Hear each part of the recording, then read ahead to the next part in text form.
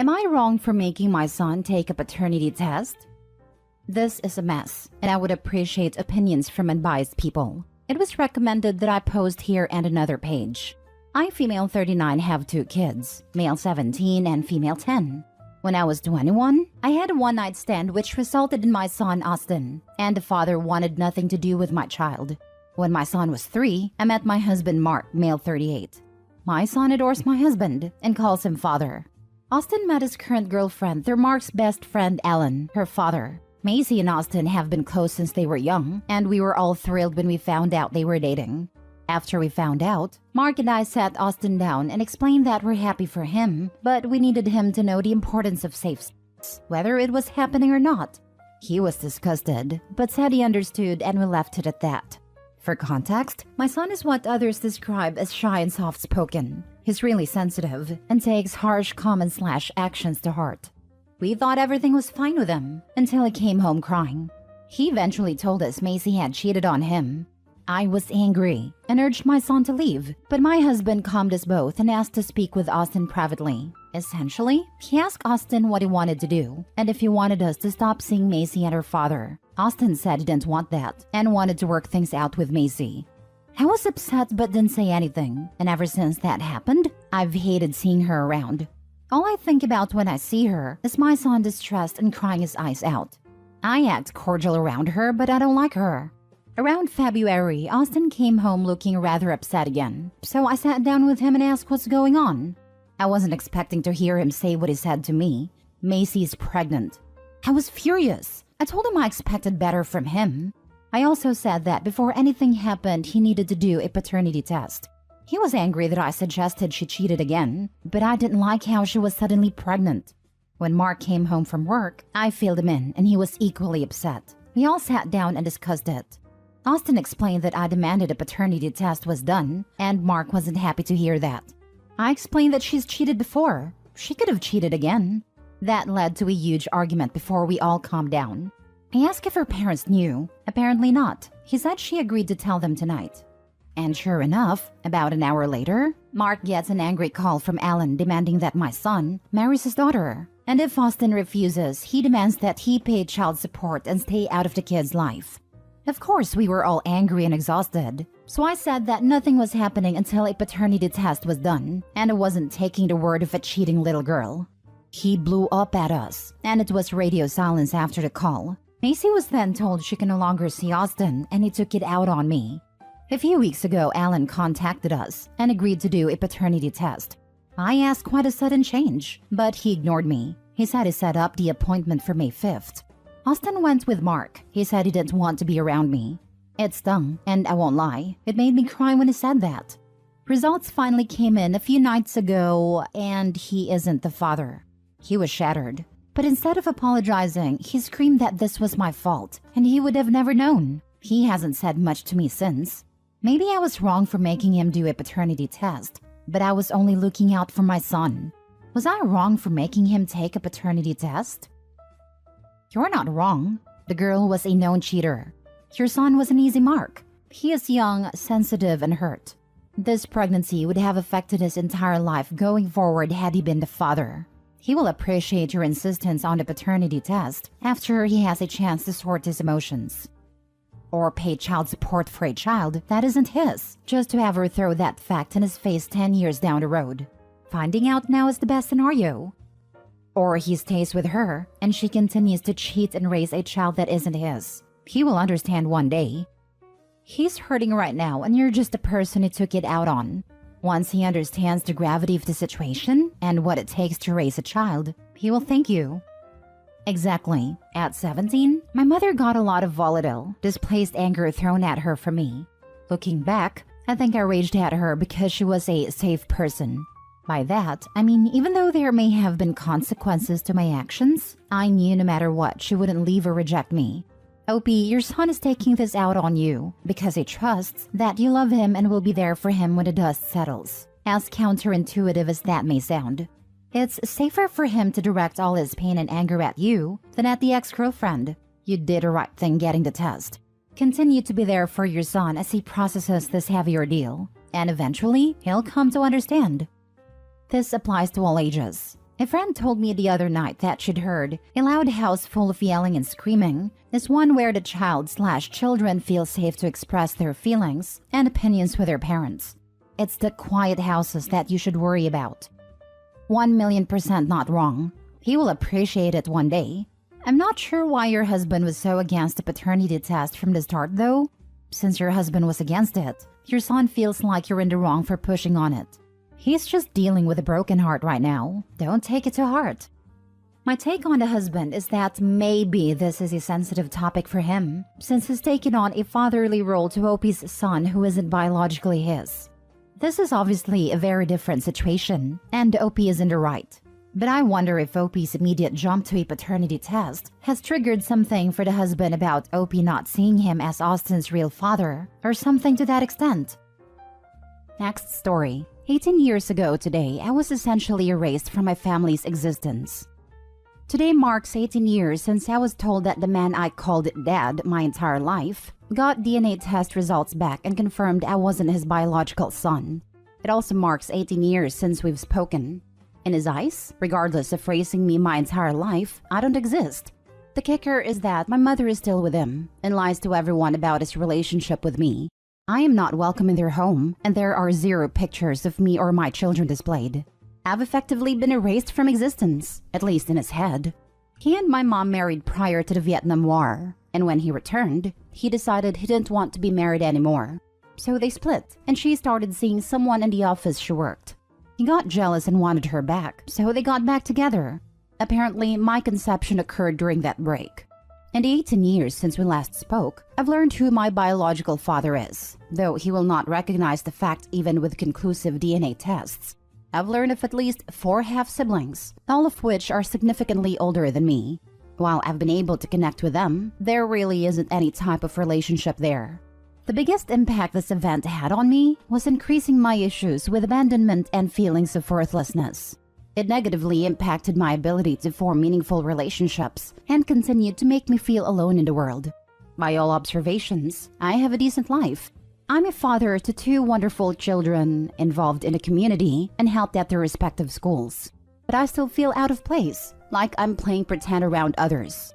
I constantly second-guess every interaction I have and never feel worthy of anyone else's time. It has been a major struggle. Battling anxiety and depression at the same time only makes it worse. Isolation of working from home plays into it, but I am happy in my current company. Only a select few people in my real life actually know any of this, and I feel like I'd be even more of an outcast if I told others. I just put on a smile when I'm in public and pretend like there isn't a huge hole in me. I don't even expect anyone to even read this whole bumbling spewing of word salad, but at least I've told the universe. If you are still reading this, I just want to say thank you for taking the time. I see you. I hear you. It sucks when someone else's problems become ours. Mostly the situation sounds like a him problem, not a you problem. Unfortunately, your mom and he have made it a you problem. The world has your back. Keep being the most you can be. Your validation comes from you, not another single person alive gets that work. Thank you. It's definitely difficult when people from my childhood ask how my dad is. I suppressed my feelings about the situation so long, but thankfully counseling has helped. You don't have to lie. Lots of people ask me why my dad wasn't around for my childhood. At first, I would lie or dance around it, but I realized it's so much better to say he was an alcoholic. I'm not hurting him by being honest. People don't look down on me for his choices. I've reconnected with my dad and still love him, but I'm still honest when people ask.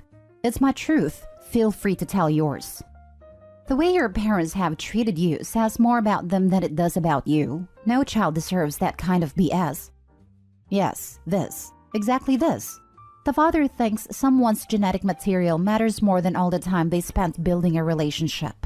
The fact that he can just tear it down in a second speaks volumes about him as a human being. Those volumes, of which there are enough to fill a small library, just say insecure, hurtful, self-centered dumpster fire of a human being over and over again for 4,000 pages, and have a middle finger embossed on a cover. The mother is either complicit or so horrifically mistreated as to be cowed into going along with it. Either way, it makes me want to vomit. Opie's family's where they find it. These wastes of oxygen are not deserving of him. He deserves friends and family who love him and accept him as he is. Thank you for the message. A new study was just published in Psychiatry Research and shared through SciPost.org that discusses the difficulties that people who have a non-parental event struggle with, and I opened my eyes. There is a Facebook group that I've joined for support in dealing with this. I would very much suggest that you befriend an older man. Robert Bly, an 80s philosopher, said, "Every young man needs an older man in his life." I'm over 60 and have been very fortunate to have had a number of these friends and mentors in my life over the years. You might start looking around at neighbors, church, social groups, maybe even an old folks' home. A lot of older folks like to talk about their history, but if you find the right one, they can and will want to be a friend/mentor. It only takes one. P.S. Your dad is probably a self-absorbed and flaky scumbag. I want to be married. I don't. I do. And your mother is likely an extremely weak and bad person not to care about her son. I actually have, to an extent. My high school swim coach became a valued mentor and taught me so many things. Upon graduating high school, I actually joined the staff as a coach and served under him for 19 years until he retired. Another set of parents of some kids I coached have become somewhat of a surrogate family as well. We have dinner every week together, which has been helping a lot. I appreciate your comment. Edited to add, the outpouring of support that I've received has been incredible. I want to thank each and every person who has commented or messaged, and I'm doing my best to reply to each of you.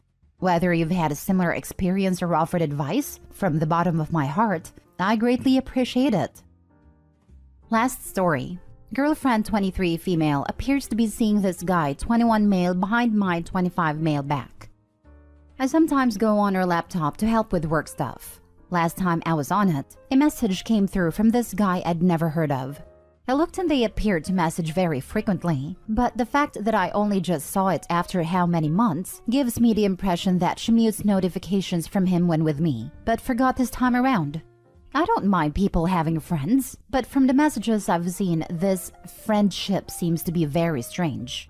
The messages are platonic enough for the most part, but she is a very reserved girl, and the messages between us would appear to be platonic to an outsider, so I just can't take it at a surface level.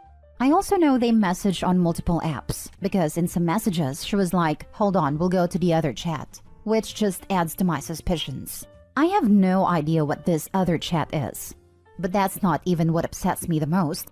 Like I said, I'm fine with her having friends, but there were a few conversations that make me think that it isn't just an ordinary friendship.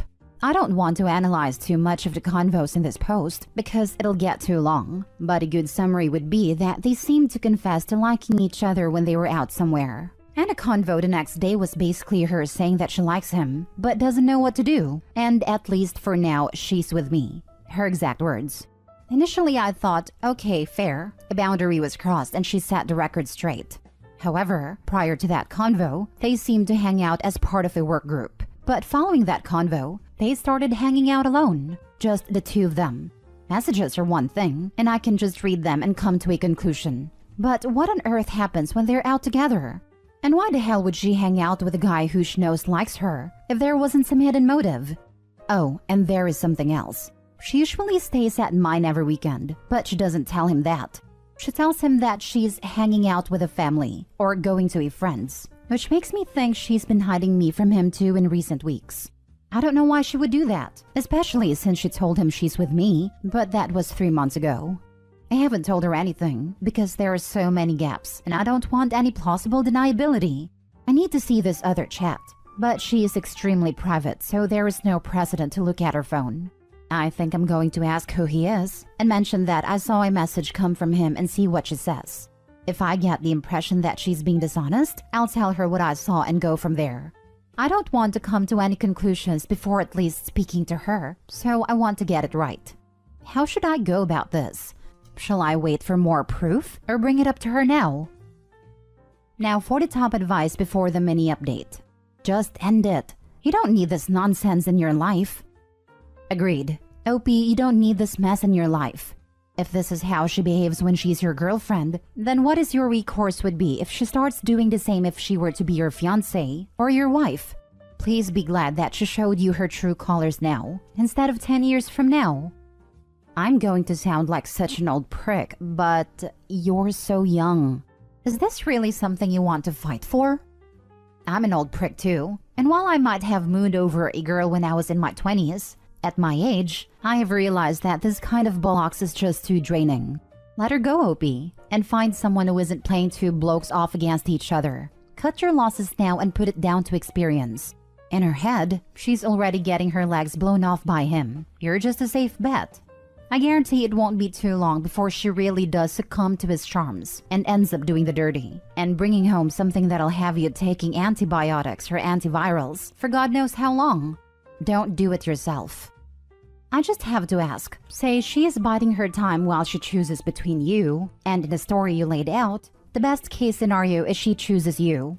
Now what? Now you have a girlfriend who makes you insecure, who is wishy-washy, who is not fiercely loyal. You may care about her after a year, but consider this a bullet dodged.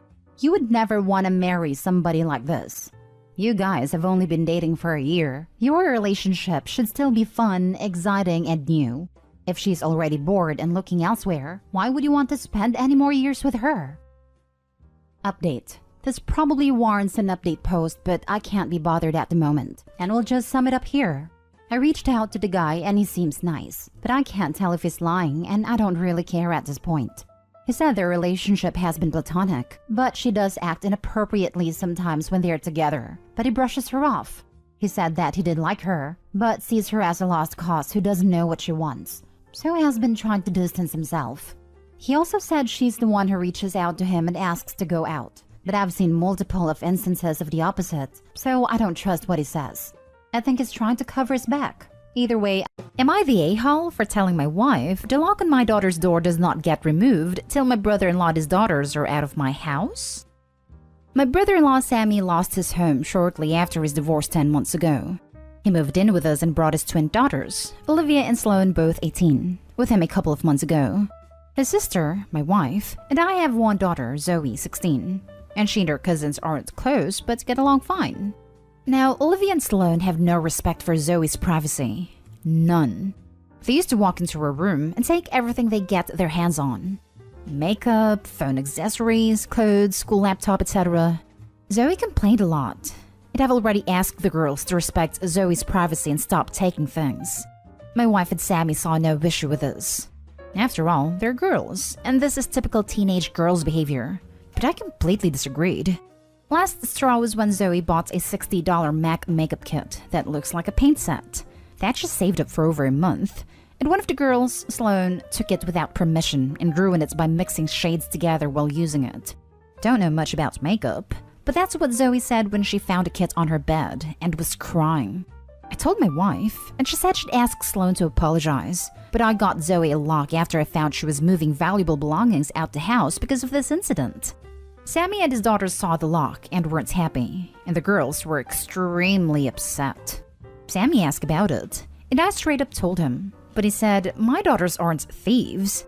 It's normal that girls of the same age borrow each other's stuff. Then he said Zoe could easily get another makeup kit for $15 from Walmart, and shouldn't even be buying expensive adult makeup in the first place, and suggested my wife take care of this defect in Zoe's personality trying to appear older than she is. Then he accused me of being overprotective and babying Zoe with this level of enablement. I told him this is between me and my wife, but she shamed me for putting a lock on Zoe's door for her cousins to see and preventing them from spending time with her, saying I was supposed to treat them like daughters. Then she demanded I remove it, but I said this lock does not get removed till her brother and his daughters are out of our house. She got mad I was implying we kick them out and said her family will hate me for this. So I reminded her that I let Sammy's family move in, which is something her own family refused to do. So she should start with shaming/blaming them for not taking their own son and nieces/granddaughters in. If it wasn't for her family's unwillingness to help, we wouldn't be dealing with this much disturbance at home. Now everyone's been giving me and Zoe silent treatment. And my wife is very much upset over this. Now for the top comments. Not today, Hall. Don't back down. You are the only one sticking up for Zoe. If her cousins want to use expensive makeup, give them your wife's. I guarantee she won't appreciate sharing anymore. They need to start behaving like appreciative guests. I love this idea. Not today, Alope. You have your daughter's back and totally get her need for privacy and autonomy over her stuff. I'm disgusted that her own mother isn't more supportive. Please lend some wife's makeup to the twins, because obviously it's what girls do, isn't it? They love to borrow and use each other's stuff, without asking. Not. Bonus if Opie goes into Sammy's room to borrow things without asking. Underwear, an expensive watch, or something, returning it with visible wear and tear. Not a-hole. Your wife harbors someone who tells you that Zoe has a defect in her personality for buying an expensive makeup kit? That's the kind of thing that has people thinking about divorce. Exactly. As a mother myself, I cannot fathom how any mother would let someone treat their child like that, even if it's his family. That would have bought them a one-way ticket out of my front door. If your kid can't count on you to protect them, who can they count on? Not a-hole. Not a-hole. Your daughter doesn't feel like she has any privacy or respect in her own home, and you gave her a lock to give her back her privacy. You tried talking to your wife, your brother-in-law, and your nieces, and that got you nowhere. If your daughter has to accept 3 additional adults living in her home, they need to accept her very reasonable boundaries with not taking and ruining her things. Good for you showing your daughter you respect and support her. They are 18. This is 100% vindictive. Mixing and destroying a new palette and leaving it on Zoe's bed screams of malice. Now for the next story. Am I the a-hole for abandoning my roommate because her mother ate my lunch? My 23 male roommate's 22 female, mother 42 female, has been heavily overstepping and consuming all the food that I cook for my meals when I'm going to work. For context, her mother is also technically a roommate as we split the rent 3 ways, with me paying half and her daughter paying a quarter each. To get her mother to agree to pay half of her rent, my roommate, a longtime friend from college, begged me to let her mother on the lease, as this was the only way she'd agree because she wouldn't pay for something that wasn't hers, and so now her mother comes and goes as she pleases. The problem arises because I cook and I'm fairly good at it. And have to because my workplace is isolated and there are no restaurants nearby that I could make it to on my hour for lunch. I wake up at 6 a.m. to make sure that my meals are ready, because I'm a picky eater and the things I like are fairly complicated. Now, roommate's mom has been serving herself for my meals. It started small, and I was okay with that because I sometimes have leftovers. However, certain dishes do not permit that, and now she has taken to eating out of my packed lunches when there's no leftovers, saying, "Sorry, I was just so pickish." Or, "You know how I love your cooking? I couldn't help myself." After the second week of no lunches, I had enough and decided I would leave and pay off my part of the lease. I'm furious, but I do love my roommates as she's like a sister to me. She has recently found out that I'm looking for a new apartment, but thinks my reason is too petty. She said it's just food and I shouldn't abandon her over it. I have been having second thoughts about leaving now because I don't want to hurt her, but her mother is still doing it after having myself and her daughter confront her. Would I be wrong for leaving? Definitely not a-hole. A grown woman can't help herself and so she has to eat your packed lunches? Good grief, how bad is her impulse control? More likely, she respects you so little. It is so selfish she just doesn't give a damn if you're hungry or not. She feels entitled to the food. If your roommate can't even recognize how rude that is and stop her mom, then honestly, she deserves to be abandoned. Though if she's a real friend, she'll understand and continue to socialize with you after you're out. My money's on she's not a real friend though. I'm hoping my roommate will remain my friend and understand, but the comments here are really solidifying my decision. Her mother doesn't even get mad when I confront her. She just laughs it off and does it again. I'm really just tired at this point, but I will miss my roomie if our relationship suffers because of this. Not a-hole. You aren't looking to kick them out. You are looking for your own place where you no longer have to worry about people crossing your boundaries. Her mom knows exactly what she's doing when she has eaten the lunch you have prepared for yourself the next day. Her daughter may not understand and thinks it's a selfish reason, but it's a valid reason. What starts out as food will turn into something else. She's eating all your food and borrowing/taking all your things, and you'll be petty for being upset over it. This has also been a worry of mine. It started with the leftovers, but has escalated to my packed lunches. I don't believe her mother would ever steal from me, but I worry she may start feeling entitled to my food and start pressuring me to cook for her as well. She can't see how this is wrong and boundary stomping? It is enough reason to leave her. She has no concept of how to treat other people. She herself is a very good friend to me and has never done anything like this. Her mother is also a very sweet lady most of the time. Except for this, it really was a perfect living situation, which is why I think it's so hard for me to make this decision myself. Next story. Am I the a-hole for getting off the lease and leaving my roommate to fend for herself?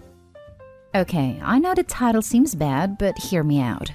My friend female 19 and I female 19 decided to move in together this May. We've known each other for more than a decade, and I consider her one of my best friends. We always talked about living together, and 2 months ago we got an opportunity and made it into reality. We signed a 1-year lease on a 2-bedroom apartment not too far from our college and jobs. Well, yesterday she comes into my room and says she wants to talk to me about something. She reveals the actual reason for her moving out of her parents' house was because she's pregnant. Her dad is the type of guy that thinks if you're grown enough to have relations, then you're grown enough to live on your own. Not under his roof type of guy. Anyways, I had a load of questions. And eventually she revealed that she was almost 5 months along, and her boyfriend was moving in, and I was livid. She said it would be good for us because the rent will be cheaper, which is true, but that's not why I was mad. I realized she knew before signing the lease and didn't think to mention she was pregnant and moving someone else in. I'm sorry, but I did not sign up to be living in an apartment with some man and a baby. The main reason I moved out of my own home was because I'm the oldest of 4 younger siblings. There was too much going on at home, and I thought moving out I would finally have my peace. After we talked, we both went to our own rooms. And after a couple hours, I called to talk to her again, and made up my mind that I do not want to live here anymore because of the obvious circumstance. She got mad as expected, but most of all because she doesn't have much savings, and was planning to rely on my share of the rent to stay afloat while she's on leave. I've already talked to the landlord about paying to break myself from the lease. I'm sorry, but I did not sign up for this. She claims there was no contract for not getting pregnant, but there is a contract in place for us, the lease. But I feel like that's common sense when you're living with someone. I feel like an awful friend, because I'm not being supportive, but this isn't what I agreed to. I can see why she would be upset with me because of my sudden decision to move with 1 month notice. Especially since she doesn't have much savings and is expecting a baby soon. On the other hand, she should have been honest with her intentions of starting a family because I would have said no to moving in. Am I the a-hole? Now for the comments. Not the a-hole.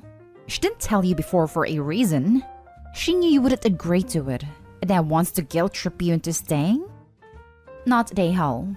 Also, if you were so good friends to move in together, why did she not talk to you about being pregnant and then later ranting about her dad kicking her out? Also, the boyfriend moving in without landlord approval, which sounds like she never was going to do, may get you all evicted since the lease is only for 2 people. Not the a-hole. She was sneaky. Did not disclose her motives or situation. You were not obligated in any way. Right. I'm sure she was counting on OP for rent money and help with the baby. All without asking. The entitlement. Not the a-hole. I wouldn't want to live with a newborn either, and she was being deceptive. Boyfriend can make up the rent difference, especially as he'll be living there anyways. Unless he's jobless. Last story. Am I the a-hole for packing my roommate's things and leaving them in the hall while she was at work? So my best friend has been living with me for months since her parents threw her out.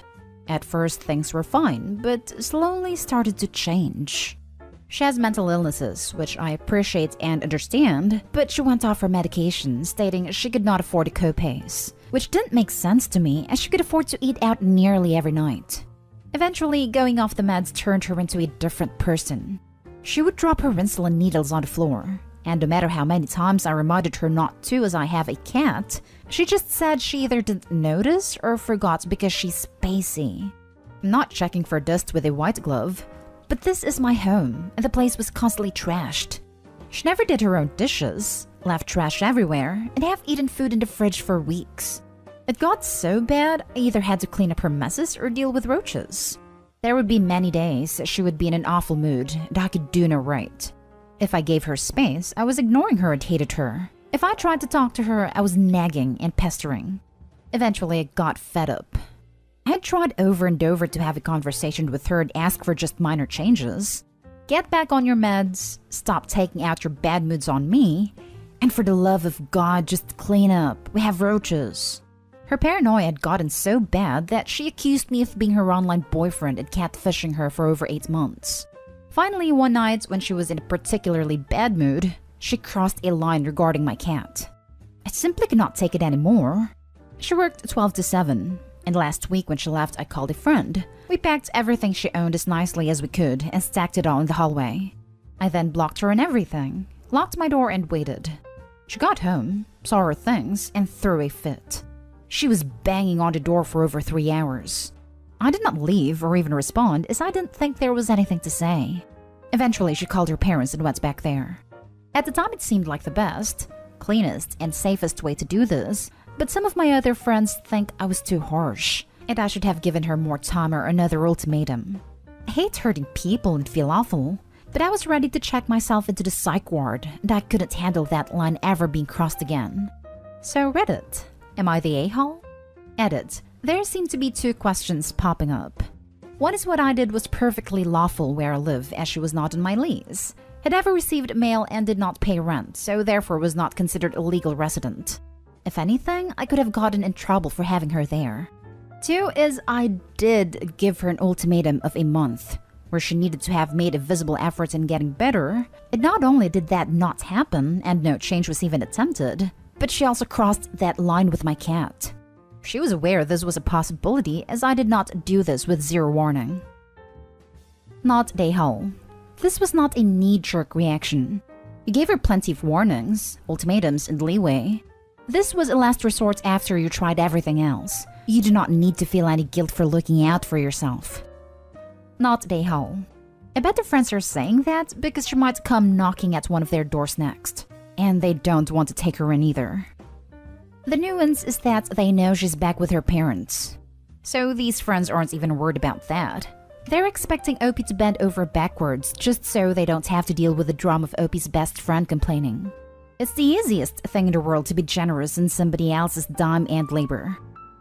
Depending on where you live, what you did might be an unlawful eviction. You did say she had been there for months. However, legalities aside, you did the best thing for you. And for your cat. Not a-hole. I looked into the laws where I live beforehand. She was not on my lease, had never received mail here and therefore was not technically a tenant. If anything, I could have gotten in trouble as my lease states 1 person living here.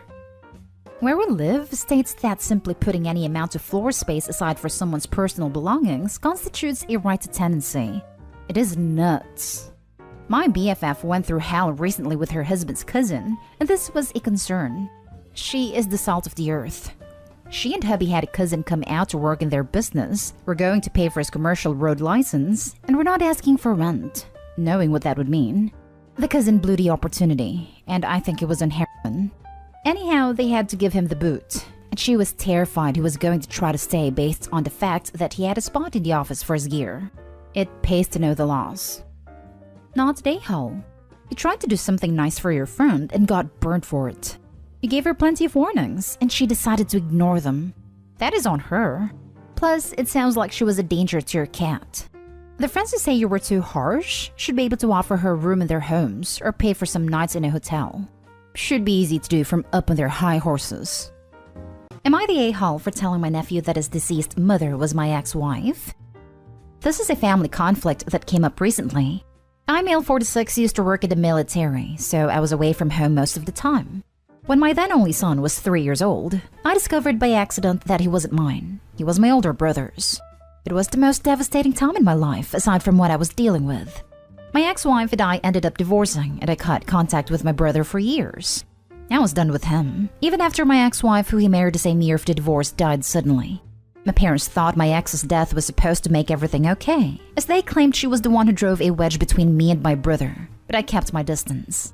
My nephew started reaching out to me, and we began seeing each other more often when he was around 15. He has always been told that the fight between me and my brother was about business. My parents threatened to disown me if I told my nephew that his mother was my ex, and that I should leave it alone. Which I did, since they said that if they had to choose, they'd pick their nephew/grandson. My nephew tried to get me to meet my brother so we could talk, since my brother welcomed the idea, but I refused. I made it clear to him that he needed to stop forcing a reunion, and he respected my wishes. He's now 21 and is getting married in November. He sent an invitation, which I declined and returned right away. He called to ask why, and I said no contact with his dad, so I won't come since he will be there. My nephew refused to accept that and came over and started criticizing me, saying I'm being unnecessarily bitter and resentful towards his apologetic dad over some business, and said he cannot believe how much hate and grudge I keep inside me against his dad. Then he said I either try to work things out with his dad or he will not be seeing me again. I felt hesitant at first, but then told him his dad and I don't have a usual beef, and that his mother was my ex-wife who his dad messed around with while I was in military. My nephew denied it, saying his dad and grandparents never told him that. He thought I was lying, till I showed him enough proof to get him to change his tone. He left in a hurry and was enraged. I later found out via my parents that my nephew canceled all my family's wedding invitations, put the wedding on hold, and disappeared after he had a huge argument with them and disowned his dad. My father was very sick after this incident, and my entire family keep harassing me saying I ruined everyone's life with what I did because of my hate and resentment towards my brother. They said they want me not to talk, and now I should deal with the consequences of alienating their grandson/nephew from them. Now for the top comments. Not today, home. Yikes. This whole thing is a mess, but they should have told him. He is not a kid anymore and is old enough to handle this information. They lied to him for years. He isn't a kid anymore. Lied to him for so long and so completely that it almost led to him destroying his relationship with an uncle he loved and loved him back enough to take all of the pain on him, foolishly trying to mend the relationship with his dad without having any truthful information about what happened, despite being the product of the thing that caused his uncle so much pain. Must have been hell of a doozy. I think the grandpa being sick is a BS cop-out too. If he is that sick for lying to the grandson, that's his own fault. I would bet he is not actually sick. He is just being a child that refuses to eat, and this messed up family, that is ammo to hurl at Opie. Not today, Hull. They lied to the kid for years, and in doing so, they made you out to be the bad guy. They should have been upfront with him from the beginning. I don't even understand the point of this lie. What does it accomplish? Next story is titled, Am I the a-hole for telling my father I will tell his youngest the truth about her birth if he doesn't explain something to her next time she calls me?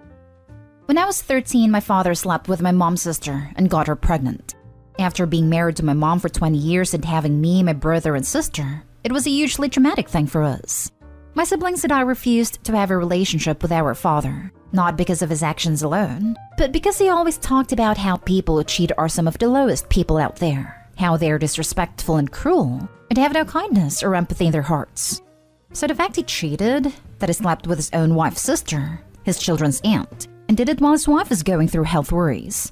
She had a cancer scare around that time, showed just how right he was. And not only that, but he was a hypocrite. My father now has a 12-year-old daughter. I've met her 4 times while my siblings have not. After I saw her for the first time 2 years ago, she started to call me and wanted to get to know me. I struggled with this because I don't want a relationship with her, but she's also innocent, and I didn't know how to say that to her without hurting her. She knew about me and my siblings. She knew we were her half-siblings, but she doesn't know our moms or sisters. She doesn't know the story, but she has repeatedly asked why we don't visit more, why I don't come over and spend time with the family, and I always sidestep or change the subject. But it got more and more intense, so I told my father to get her to cut it out a while ago. He ignored me. She told me her parents got back together again and want to get married again. I'm assuming a vow renewal because I don't think they divorced, and she wants us to be a family. Then she asked why I hate our dad, why I hate her mom, why I want to be her big sister. I avoided the conversation and I sent my dad an email telling him that if he doesn't tell her something and get her to stop asking, then I will be honest, and I will make sure she doesn't ask anymore. I told him I don't want to, but he is the parent and this is his job, not mine. He responded that I was cruel to threaten to tell a kid all this.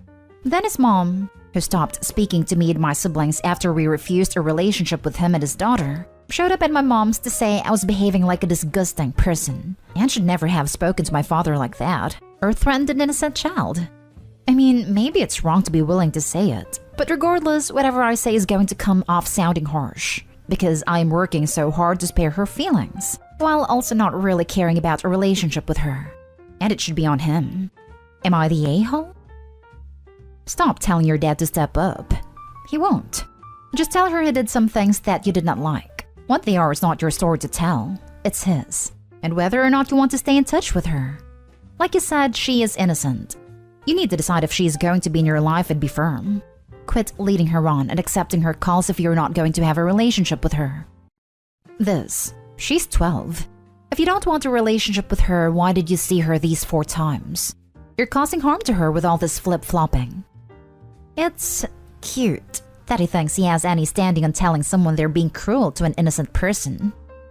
Not the a-hole, but I'm actually gonna take the stance that you tell her flat out. I understand wanting to keep distance from her, but in an unfortunately twisted way. She'll be in a similar situation to what you and your siblings were in, and she will need that support, just as you likely did. It is going to suck for her to be told the truth. There's no getting around it. But I also generally abhor the notion of kicking the can down the road until she's of age. She needs to know. And as much as I truly hate it for you given your feelings about her in this situation, she's going to need you and your siblings. Your father is a manipulative, corrupt, lying cheat. And his daughter needs to know that before she's gaslit into any more years of her life. Once again, not the a-hole. Your father is. I don't think she'll ever have my siblings. They have been very clear they will never want to meet or speak to her. I didn't want to either. I kind of regret not just shutting it all down sooner. I am not the person who could be there for her. Maybe a better version of me could have. I'm just not sure that's me. Next story. Am I the a-hole for telling my brother our parents knew all along that he had a child and hid it from him? My brother dated Addie for 2 years. My parents liked her, but they didn't want my brother to marry her, so they were happy about the breakup. 5 months after the breakup, Addie contacted our parents to ask them to tell my brother that she was pregnant because she couldn't get in touch with him. They never told him. Instead, they told her that if my brother was involved, they would make sure he got custody and she would never see her baby again. But that they would provide financial support if she kept this quiet because the child was still their blood. It's obvious which choice she picked. I used to be close friends with Addie before she dated my brother, but she cut contact with me after they broke up since it wasn't a good breakup. We still have mutual friends, so we reconnected about 3 months ago and she told me all of this a month ago. Their son is now 2, and my brother found out 2 weeks ago and was livid. He blamed Addie, it was awful to her, and blamed me for not telling him as soon as I found out. On Sunday, we were having a family dinner, and my dad and brother were strategizing on how he would get his son full-time.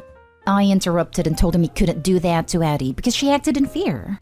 My brother exploded at me and was ranting about how she had kept his son from him, and now she would know how that felt, and that I had already shown him where my loyalty lies, since I didn't tell him immediately. My parents were agreeing with him and telling me off too.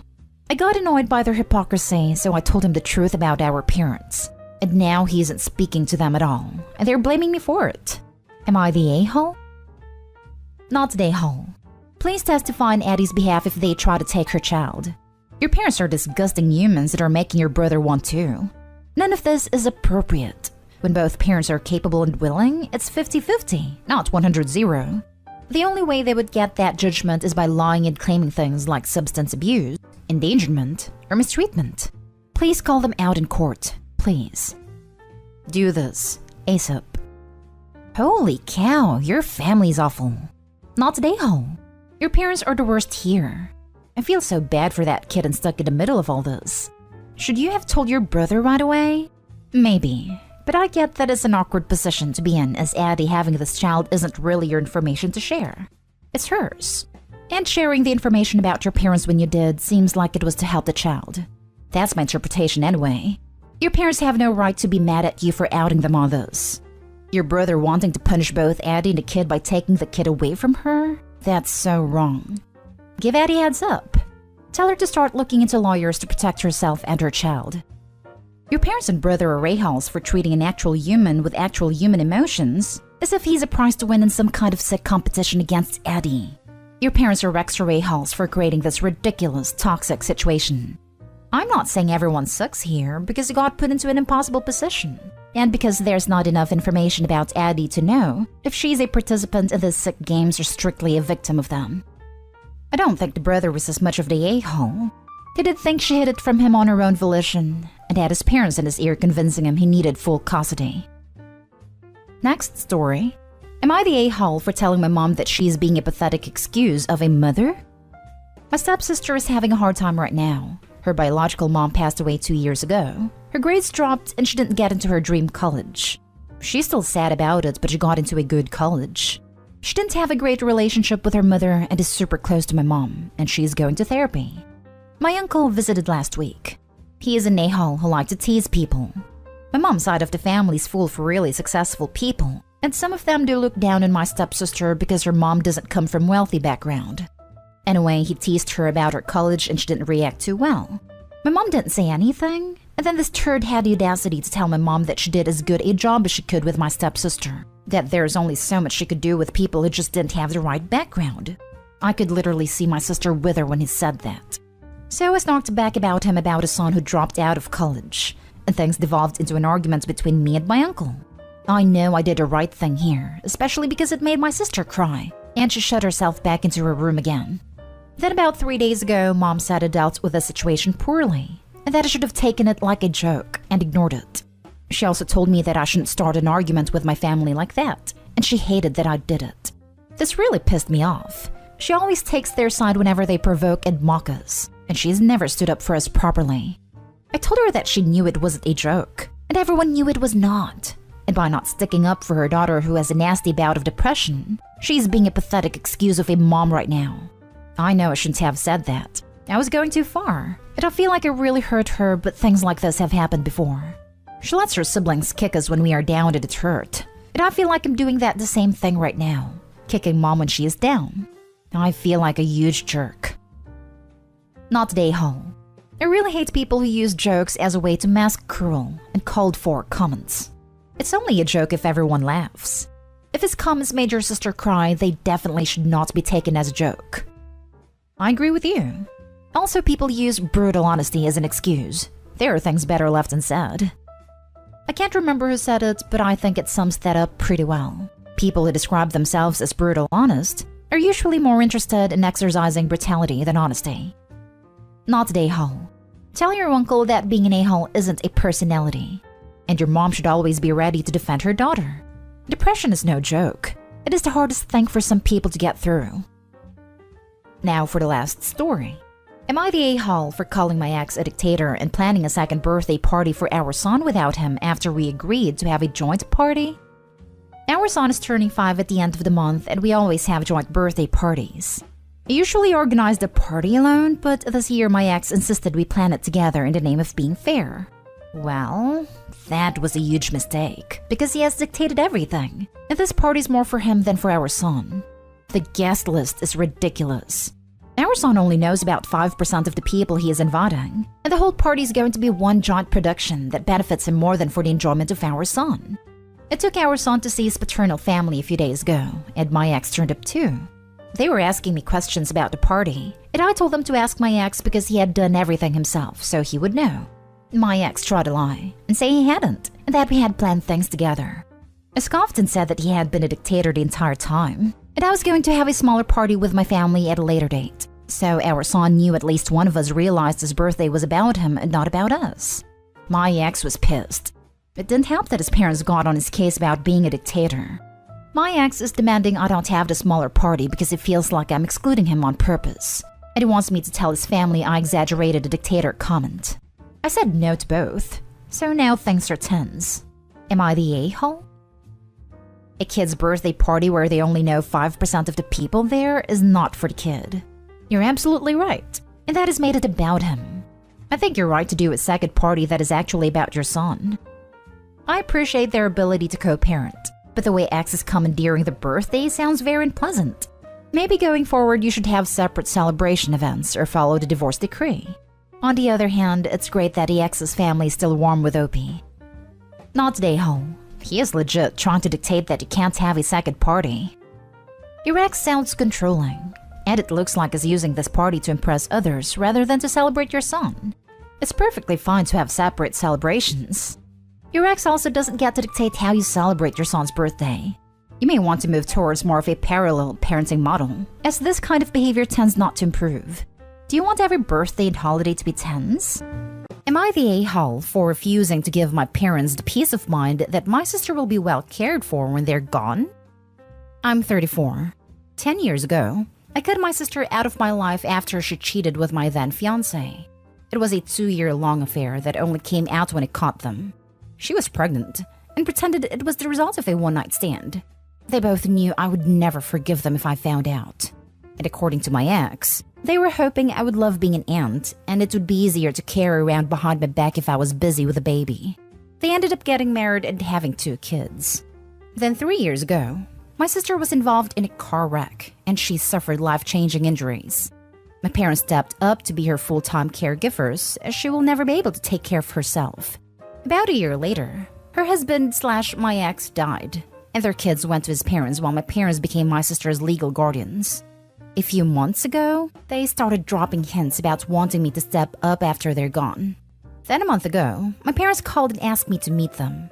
They said they're worried what will happen to her when they're gone, or even if they are no longer able to care for her in a few years, and would I take over?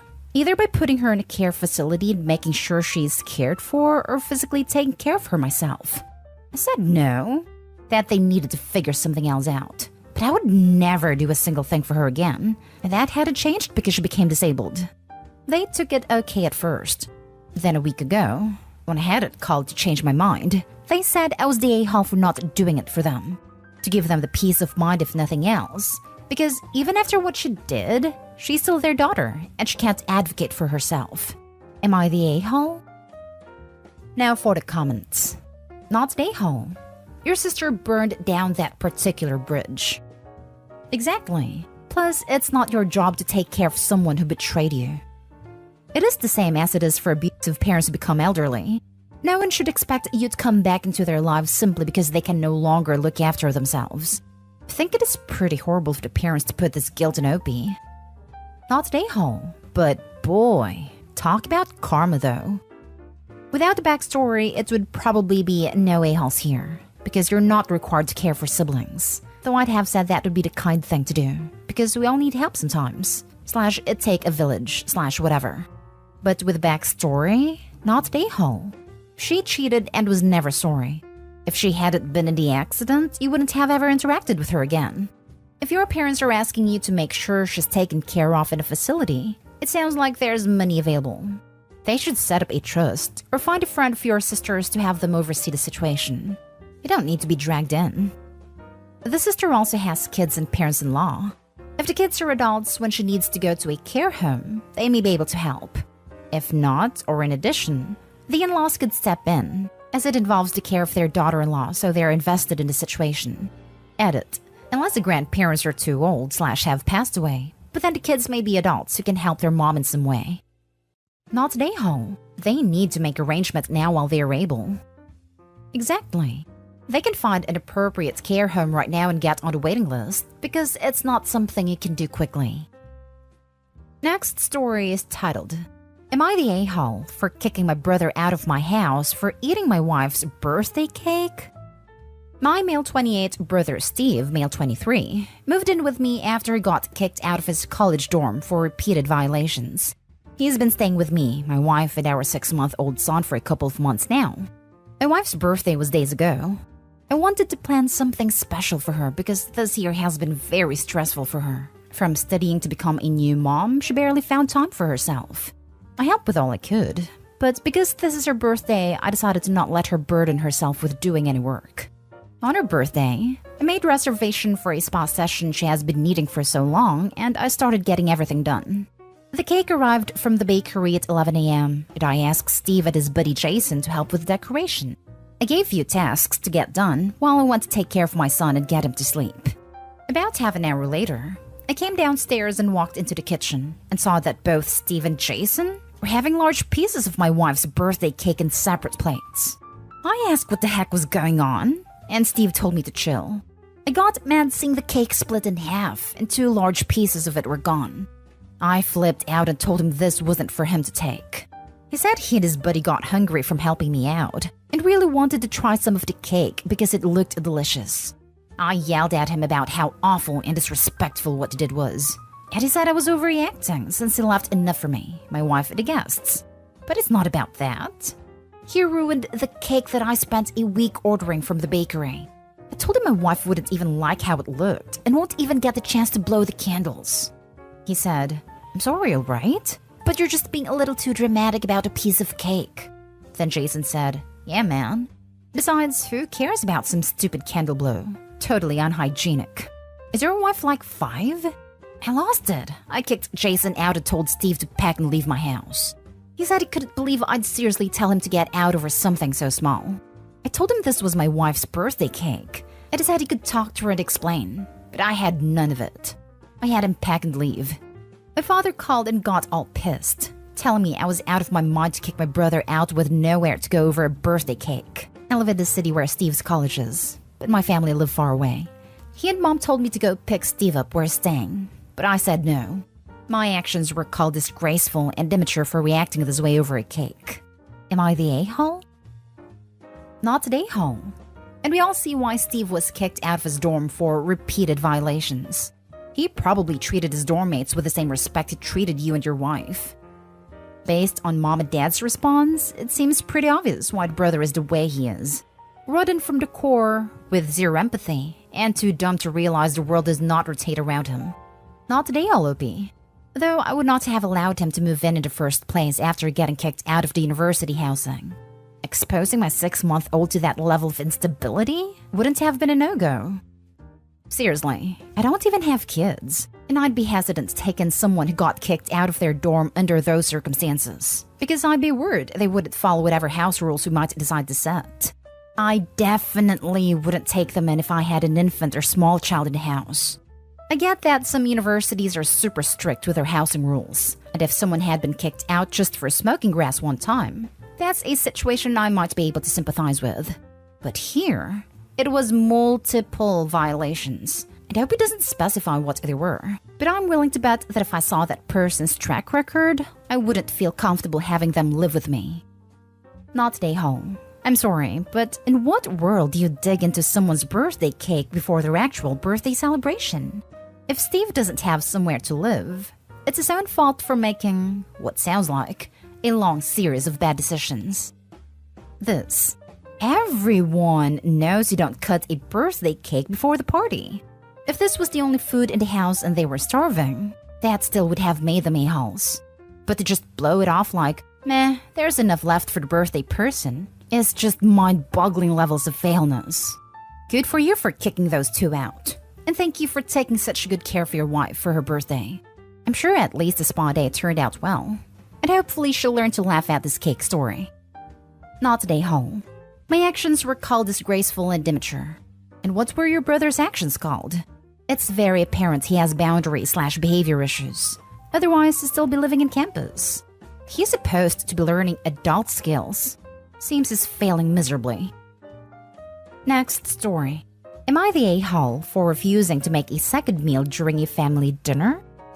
My husband and I hosted his family for dinner last weekend, and a situation arose where I am now being called out. I don't want to see what you all think. My husband's parents, brother, sister-in-law, and 3 nephews came to eat at our house. About an hour before dinner was served, my brother-in-law pulled me aside and said their youngest was being a picky eater and wouldn't eat the lasagna or salad I had made. So he asked me to make this specific dish for him. Not only was this not a quick dish, but it would take at least 3 hours to prepare. I said no, that I could throw on some fries for him, but no extra meal just for him. He told me he wanted his son to eat more than just fries, and that as the host, I should go the extra mile to make sure everyone has something. The dish? Chicken tenders and fries. Just fancied up and had a homemade ketchup accompaniment. The last time we saw the kid for dinner, he was eating spicy noodles and veggies. But now, all he eats is McDonald's or these homemade fries and tenders. I don't remember what side the recipe was for, but the tenders required an awful lot of prep and ingredients. We had most of it, but that was beside the point in my eyes. The whole dinner was tense because my husband's brother was pissed at me. The youngest didn't eat a single thing and demanded McDonald's because he was hungry and turned his nose up at fries. Then my husband and his brother ended up fighting because he disrespected me, and my husband wasn't having any of it. My husband's parents complained that I made things awkward. This was after dinner. I think it's ridiculous, but are they right? Am I the a-hole here? Now for the top comments. Not the a-hole. If parents have a child with a picky appetite and a rude attitude towards eating what's provided, it's the parent's responsibility to show up with food that their child will eat. Your brother-in-law knew his child would not eat anything provided. It was his job to take care of the matter, not yours. This kid is doing a great job of training his parents to jump when he says jump. But that doesn't mean that you have to join the same obedience school. My brother-in-law definitely blew me away with a request. The thing is, there was no warning ahead or anything. Because I don't mind if he didn't want lasagna. But to expect me to make a second meal an hour before dinner being served is so damn rude to me. It is rude. And what's worse is that he then doubled down on making you and everyone else uncomfortable before having a full-scale fight with your husband. Your brother-in-law owes you an apology. Not that I think you'll get one. I don't think you should enable them or help spoil the kid by making special accommodations. As parents, we should be teaching our children to be mindful and respectful. I remember some etiquette classes I had, and the polite way is always to show appreciation to your host. I just can't conceive parents who would demand a special meal be cooked for their kid at somebody else's house. This rude behavior is so out of line, and so many levels. Not today, Ho. What an entitled bunch. I would not invite them again. Imagine people come for free food, and the guests are entitled enough to be mad for not making 10 different types of food. I mean, at least let Opie know early. Not today, Ho. They could have brought the meal for him and heated it up. They just want to be a-holes and make you serve them. Now for the last story. Would I be the a-hole if I asked my grieving sister to leave the house she used to live in with her late husband? I'm female 30, currently pregnant. I have a sister, Emma, 48, who lost her husband to the big C last year. Emma was and still is completely devastated by her husband's death. And when he passed in May, she immediately wanted to get rid of their house. As soon as she told me she wanted to sell, I jumped on the chance. Her house has literally been my dream house since I was a child, and Emma was very happy for it to stay in the family. She wanted to sell it to me for ridiculously cheap, but I insisted on paying only very little below market price. She was grateful. We set up the contract. The sale was officially closed in July. Very quick sale. Emma moved about 5 hours away into a flat in a fairly big city and seemed very happy there for the last year. Then her new therapist made her understand that she's never really given herself time to grieve properly. And so recently she asked me if she could move back into the house to find a way to say goodbye. I admittedly was hesitant. I'm due with my first child in October. I'm a single mom. I'm in the process of renovating some space for my daughter. However, I agreed, and Emma has been living with me for about 4 weeks now. Things are not going great. She cries all day, every day, which she says is normal as per her therapist, but makes me really worry. She still acts as if the house is hers, rearranging my things, using things without asking. She keeps locking my cat in rooms because she doesn't like him. I overheard her on the phone with a friend saying she was excited for my daughter to arrive because it'll mean she'll have the house to herself for a few weeks. When I confronted her, she said, "Aren't you moving in with mom for a few weeks so she can help?" I told her no. In fact, my mother-in-law would be staying with me. Ax doesn't want to be involved, but his mom does, however. And she's the sweetest, because mom is over 70 and physically can't do it anymore. Emma has been really weird since then, acting as if I wronged her somehow. When I asked her how long she'd be staying, she had no answer. I'm thinking of asking her to move out soon, so I can prepare for my child, but my parents have warned me against it. Because Emma's still so fragile. And even my friend said that it really didn't feel right to throw out a grieving person who so obviously needs help. So would I be the a-hole? Edit. People are overwhelmingly implying my sister is being malicious, and I want to make it very clear that she isn't. My sister is not a horrible, mean-spirited person who just wants her home back. That's not it at all, and I would ask you to please stop inferring that. She is a deeply hurt, devastated person who just wants to find a way to reconnect with her late husband after she sold everything relating to him that she had out of grief and pain. If she was anything like some people in the comments suggest, I would not feel so heartbroken thinking I might have to kick her out. Info. Have you asked your sister to do a group session with her therapist? I'm guessing that therapist is not fully informed of this situation. Her therapist is a lovely lady. I've met her once before, actually. She did not suggest my sister move in with me. She suggested my sister moved on too fast. Emma literally sold absolutely everything relating to my brother-in-law because she couldn't handle the pain. She got rid of everything in a matter of weeks, and then moved far away so she wouldn't even have to see the places they've been at together anymore. My house is literally the only thing she's left that directly connects her to her husband in a significant way. Okay, you definitely need to do a joint session. Therapist will almost certainly light a fire under your sister's butt, which needs to be done. But it's best if it's not you doing the pushing. Not today, home. Question. Do you think the therapist really suggested she move back home? Or was this possibly a way for her to get back into her comfort zone? You're about to bring a child home, and that child is your priority. Tell your sister there are going to be some non-negotiable house rules. And if she's unable to adhere to them, then she should likely start to find another place. You paid for the home and welcomed her to grieve. This is not her new normal situation. You didn't sign up for that. Good luck with your baby. From what she told me, and I believe her therapist made her realize she pushed everything related to her husband away immediately because she couldn't handle the pain. She sold a house, got rid of almost all of their joint possessions, his clothing, books, art they collected, etc. She got rid of everything in a matter of weeks and then moved far away so she wouldn't even have to see the places they've been at together anymore. So yeah, I can see where the therapist is coming from. My house is literally the only thing she has left that directly connects her to her husband in a significant way. Not today, home. We set up the contracts. The sale was officially closed in July. Your sister acting as if that house still belongs to her is not justifiable. I don't care how much she's grieving or if it still holds sentimental value. She signed a contract. You should contact a lawyer and inform yourself about what could be done because she's not going to leave your house willingly. That's going too far. I'm not evicting my own grieving sister. I already feel bad just about talking to her about leaving. My family would also never let me live that down. Just because it is legally my house doesn't mean I don't want to help her get better.